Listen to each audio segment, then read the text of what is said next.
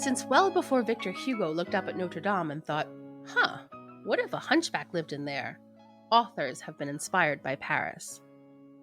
The Storytime in Paris podcast will help keep this tradition alive with interviews and readings from your favorite contemporary authors with a French connection. Every episode features 5 questions asked by you, our author's biggest fans, and answered live on air. Then our authors will treat us to a reading of an excerpt from their book. Who knows? Maybe you'll even be inspired to write your own great French novel. I'm your host, Jennifer Garrity. Hello, and welcome back to Season 2 of Storytime in Paris. I missed you! I've spent this little interlude reading, and I have some wonderful authors coming up this season. This first episode will air just after Valentine's Day, so I thought it would be fun to do a little Valentine's Day themed episode. Why not keep the love in the air for as long as possible? My guest this week is Sabrina Marzaro. Sabrina is an author, professor, and owner of Graphite and Ink, where she works as a strategic consultant and copywriter for luxury brands. Her first book, Swiping for Prince Charming, is a beautifully illustrated poetic tale of a young woman's quest for love in the city of light in the age of the dating app. Please welcome Sabrina Marzaro, author of Swiping for Prince Charming. Hello, Sabrina. Thank you so much for joining me today. Thank you, Jennifer. I'm really happy to be here. Can you tell us a little bit about you and your book? Yes. So my name is Sabrina Marzaro. I'm Italian-American. I grew up in the States and have been living in France for about 10 years. I actually am the founder of Graphite and Ink, a branding, copywriting, and translations company, as well as the author of Swiping for Prince Charming. So, what brought you to Paris in the first place? It's just the first time I visited it, I instantly knew that it felt like home and that there was nowhere else in the world that I was meant to be. I could hear in your voice when you say that you sound very dreamy. I had the same experience. It wasn't the first time that I came here, but it was the first time that I came here as an adult on my own. And I left the airport and I just felt like I was being hugged. I completely understand. There's something, just a magic that permeates the air. And I think that, I'm also a writer, so I love, I guess, the power of words. And I find the French language itself is just so nuanced and just so exquisite. So yeah, it's really like poetry to your ears. I agree. Can you tell us a little bit about Swiping for Prince Charming? Absolutely. So it is an illustrated tale of a woman's search for love in Paris. And so it's recounted almost as if it were a long poem that told this story. It's very Sex in the City, very Emily in Paris, lighthearted with a much deeper message about cultivating self-love and really being the heroine of your own story. And so, yes, since it came out, I've really been using it sort of as a platform to try to promote that message and to try to accompany other women in particular on this journey of dating. That's fabulous. So I have collected some questions for you. Okay. My first question for you is about the impetus for this book. Was there something specific that happened that sparked the writing of this particular story? Oh, goodness. Well, let's just dive right into it, shall we? A loaded question. So yes, in essence, I had no idea that I was going to write this particular book. What happened was that I was completely still in love with this ex-boyfriend of mine that I hadn't seen in a few months. And he had invited me over to lunch one day. And so for about a week prior, I was essentially panicking like any girl does. What am I going to wear? What's going to happen, etc. And the morning of, I woke up with a horrible fever. And I was so infuriated. And so I'm sitting there in my feverish state, writing out in my journal all of my frustrations about life and dating and men. And the text starts pouring out of me in this very poetic manner. And I just keep writing and writing and writing until I get to the end. And I went, oh my God, I know what I have to do with this. I need to transform it into an illustrated tale because so many other women can relate to this story.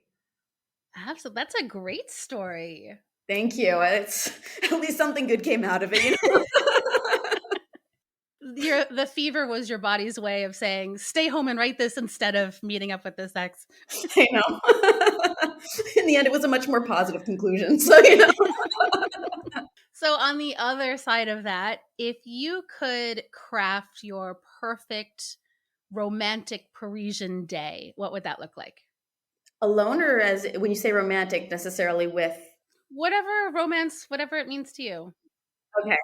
So let's say, just to add that extra magic and romance, yes, it would be with this sort of idyllic guy that we can imagine.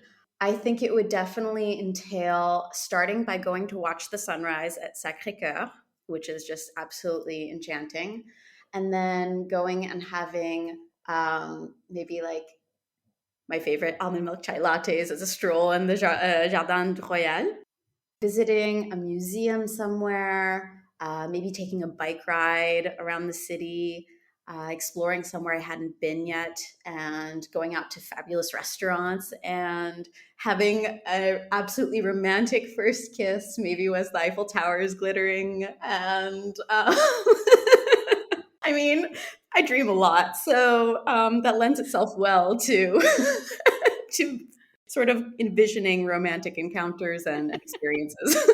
I feel like I can see the hearts like bubbling off you as you describe this. It sounds like a beautiful day. It's very immersive though. So you'd be out and about experiencing a lot of Paris during your day. Yeah, I mean, Paris itself, just, my God, it's so beautiful. As you know, it's like, how can you not fall in love in the most romantic city in the world? And yeah, I think it's important to, and really lovely if you can also couple like an encounter with someone for the first time with these different experiences, because you evoke stronger emotions, you discover more about each other in these different contexts, etc. I agree with you. Although I also find that sometimes one will rub off on the other. So maybe I'm too swept up in the romance of Paris and it gets put onto the person that I'm with. Then again, YOLO, huh? So there are some, unfortunately for me, very recognizable male archetypes, should we say, in the from the Parisian dating scene in your book. What do you think are some differences between dating here and dating back in America, for example? So it's a good question. I have to specify that my dating in America was primarily in New York City, which is sort of its own ecosystem, if you will. And so I really find that New York is obviously an absolute melting pot of cultures, whereas in Paris, and maybe you can attest to this, you're more likely to be dating a French person. In New York, there was a number of different cultures that I came across. And I happen to be very drawn to French men because I love that they have this sort of romantic approach to courting women. And it's in how they formulate words or small gestures. This a little bit of gallantry and, old school romance that I particularly cherish. It's just really depending subjectively what you're looking for. I think gallantry is a perfect word for it. It really, I mean, it makes a difference. So after having dated here, do you think you would be comfortable going back to the New York dating scene? I could, yes, but I think for me, no matter where I am, I've realized that I connect best with people, even as friendships, that are quite well traveled and open minded. So for me, it was sort of like an ideal person that I could build a life with would be someone that has experienced different cultures. It doesn't necessarily matter specifically which ones. So whether that's in New York or here, that applies. I agree with you. I've had the difficulty here where I've been swept up in the romance of dating a Frenchman, only to realize that he doesn't really travel very much and he's not very worldly. And so it actually really won't work between us because, as charming as he is, I need all that other stuff. Yeah, I think that open-mindedness, like again, it's just an approach to life, because it's not just in the end, it's really how you perceive everything, and I think it's important to be constantly learning new things and at least be curious. So, this book is beautifully illustrated. Can you talk a little bit about the collaborative process of your work with the illustrator? Sure. So, as I said, I came up with this text, and for whatever reason, I just felt that the best approach to it would be having each page illustrated to really have it be an immersive experience. And so I started reaching out to all of my friends asking, do you know an illustrator? And it ended up being a friend of a friend of a friend that connected me with this woman who goes by Marikilia for her graphic design work. And she's based in Hong Kong, but she's Parisian originally. And I went to her Instagram and I could instantly sense that we had a similar aesthetic. And she, as an artist in person, I admire so much because she is a very strong, independent woman with a very strong sense of femininity and just like gentleness and poetry.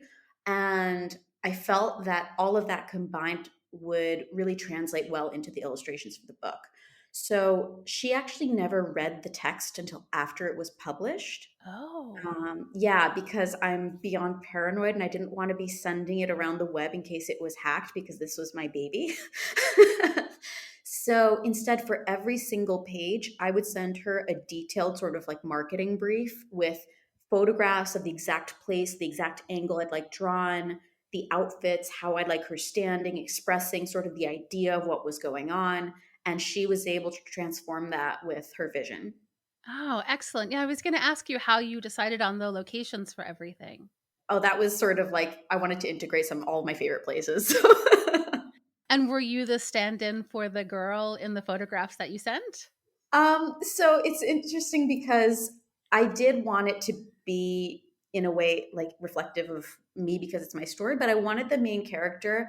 It's funny if you really study the illustrations, the main character herself has less defining traits than the other figures in the book. And I wanted it so that more people could identify with this person, actually.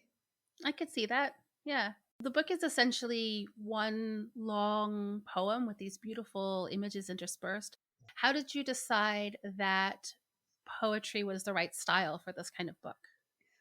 For me, poetry has always been how I express myself and process my emotions. Ever since I was 11, 12 years old, I've been writing poetry.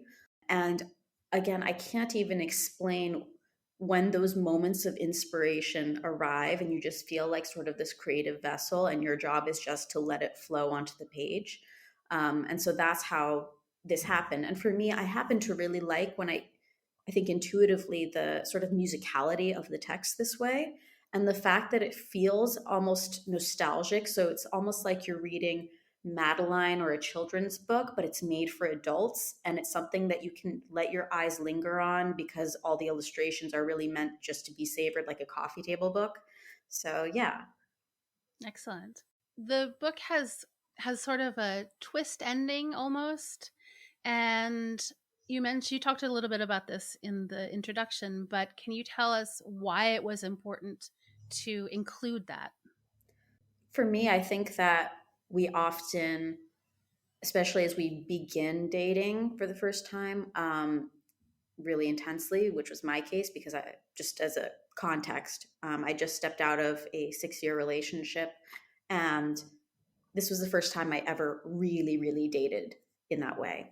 And I think you get so sort of like caught up in this desire to find your person, especially because like you're meeting so many different people. And sometimes we forget that the most important relationship we have is with ourselves. And that really sets the tone and the foundation for everything else. As I continue to grow and evolve, I only believe even more strongly in that message. And I see the impact it has when I really take the time to cultivate self care. And when I feel like I'm in a really good place, I feel as if, my personal belief, you sort of like give off this aura, this energy that attracts that same type of energy. Yeah, very well said. What do you include in your self care routine? For me, there's a lot of walking. It's sort of like my meditation in motion, if you will, and that's where a lot of my best ideas come, either walking or running. I journal a lot. I think there's a quote somewhere I read that creative people need time to sit around and do nothing, and it is important, I think, to carve out time, even like once a week, to just let yourself sort of relax and not be in constant work mode. And so, yeah, so it's exercise, it's journaling, and making time for myself at least once a week. Yeah, it's a good plan. It's important to remember, I think. Yeah. It's not always easy to be disciplined enough to schedule that, like, you feel like as if it's, you're indulging in some way, but realistically we really do need that for our own well-being. That, and also I might add, just having really good friends on call because there are moments that you might can be entirely stressed out and just so caught up in your thoughts, and the only way that you can fully get out of that is by having this external voice that knows you so well and just is there to help you recenter. Definitely. So I think you're going to read us a little excerpt from your book. Yes. Is there anything we need to know contextually before you do that? So I think that it's interesting to note that, especially in the age of dating apps, we are confronted with all these new sort of challenges and ways of operating that didn't exist necessarily even 10 years ago. And I think what's most important is for all of us to realize that we're experiencing the same things, that none of us is alone. And so just finding solace in that connection with others and being able to, yeah, to call upon each other to live it together and find the joy in it. Once upon a time. You're a fabulous woman, pretty, hardworking, and bright. Your career's well underway. Now time to find Mr. Right. You round up your friends and try to lay down a plan. I'm on the search for my soulmate. Could you give a girl a hand? You've sought him out at parties, hoped to cross paths on the street, but for some very odd reason, the universe has yet to let you meet. So during an evening of Netflix, when you're at home with your cat, you finally give in and download an app. Are you as obsessed with French food, wine, and cheese as I am? If so, you may be interested in the Terroir podcast. Hosts culinary journalist Emily Monaco and chef and wine expert Caroline Connor explore the links between the foods, wines, and more to the places they're from and the people who make them. Listen now to the Terroir podcast on parisundergroundradio.com or wherever you listen to podcasts. We'll be right back with Storytime in Paris after a word from our sponsors. And now, back to Storytime in Paris. So, will you be writing another book? Is there something else in the works? So yes, I actually, I just signed with a publishing house. So for my next book, which is going to be about 150 poems, actually. So it's going to be something that, in a way, is a natural continuation of Swiping for Prince Charming. It just goes at a much greater depth, and it's something that's much more, I guess, vulnerable, profound, raw, and for me was really pushing myself outside my comfort zone to share my most intimate sort of emotions and beliefs and fears and dreams. Congratulations. Thank you. It's a big deal. Thank you. Will it be illustrated as well, or? No, for this one, I'm really just focusing on the words, and we'll see about the rest of the details, but I will keep you posted as it progresses. Please do. I would love to read it. Thank you. What else are you working on? Anything else we should know about? So most of my time is really spent crafting ad campaigns for different luxury and fashion and cosmetics brands. So, that, and I do give conferences on the luxury market. So those are really what occupy most of the time. Writing is my passion, and I'm lucky that I can sort of, parlay that into my professional life as well. But we'll see where all the opportunities, the doors that might open. And yeah, it's been an incredible process and journey just arriving there. And, the partnerships that have been made, I now collaborate with Bumble. And so that's, really exciting for me, and because they share in my vision and values about empowering women. And so, yeah, we'll see what else is coming. So where can people find you if they want to keep up to date with what's going on in your world? So you can find me on Instagram at sabrina.marzaro or at Swiping for Prince Charming. Fabulous. And I'll include links to everything so that everybody can find you really easily. Wonderful. Thank you so much. Thank you. This was wonderful. I had a lot of fun. Thank you again to Sabrina Marzaro. Please join me next week when my guest will be professional pastry chef, 9-time author, and blogger of the decade, David Leibovitz. We'll be discussing his book, Drinking French. Check back next week to see if your questions have been answered and to hear a reading from his book. Thank you for listening to Storytime in Paris. If you liked this episode, please consider leaving a rating or review and subscribe so you never miss another episode. I'm your host, Jennifer Garrity, and you can find me on all socials at Jennyphoria, JennyPhoria, and on my website, jennyphoria.com. Storytime in Paris is produced by me as part of the Paris Underground Radio Podcast Network.